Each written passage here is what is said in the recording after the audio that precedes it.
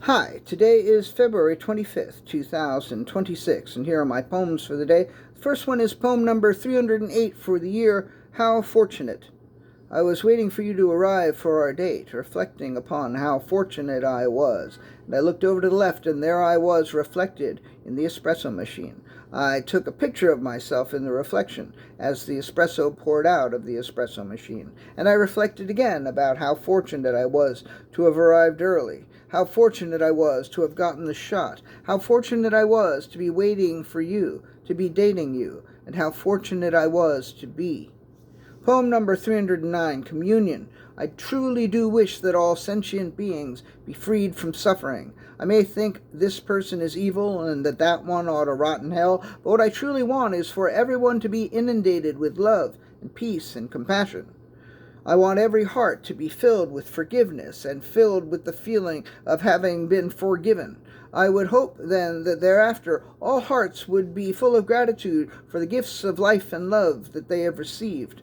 Understand that I am still unable to stop thinking that some people are vile and worthless pieces of shit. So what I want for others is what I want for myself, to be able to love unconditionally and to pray without ceasing. Because the true miracle is that prayers of gratitude work whether one believes or not. All one needs is a thirst for communion in order to receive communion. Poem number 310, Consecration. She spent most of her waking hours performing acts of consecration. She declared her clothing holy, and her coffee table, and her toilet. She declared her television holy, and her vibrator, and her lube. The windows, the curtains, the oven, the dishwasher, the laundromat, the museum, the church, the bowling alley. She saw the sacred in the profane, and the profane in the sacred, and she treated everything and everyone with reverence. All and everything was proof of life, and life was all she needed because life was sacred. Except for those goddamn bugs that sometimes got in from the outside. How she hated those little fuckers. She killed them whenever she saw them. She spent most of her time performing acts of consecration when she wasn't killing those goddamn bugs. Poem number 311, Resurrection. Each morning as he was waking up, before opening his eyes, he would imagine he was a corpse that was about to be reanimated. If he got out of bed very early, he might be a zombie.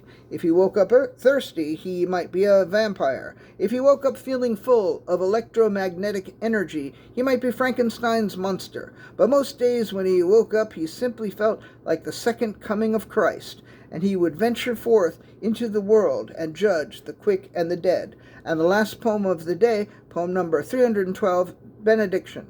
She blessed the children and the animals and the adult film stars, the Republicans, the Democrats and the Independents, the Socialists and the Capitalists, the rodeo clowns and the sanitation workers, the Justice Department and the Department of War, the carnivores, the vegans, and the vegetarians. She blessed them all, no matter how bad their breath was, even if they wore white after Labor Day, even if they refused to join in the heavenly choir, even if they were wealthy beyond comprehension but never picked up a check.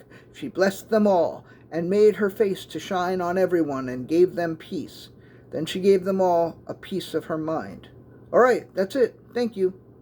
I appreciate you.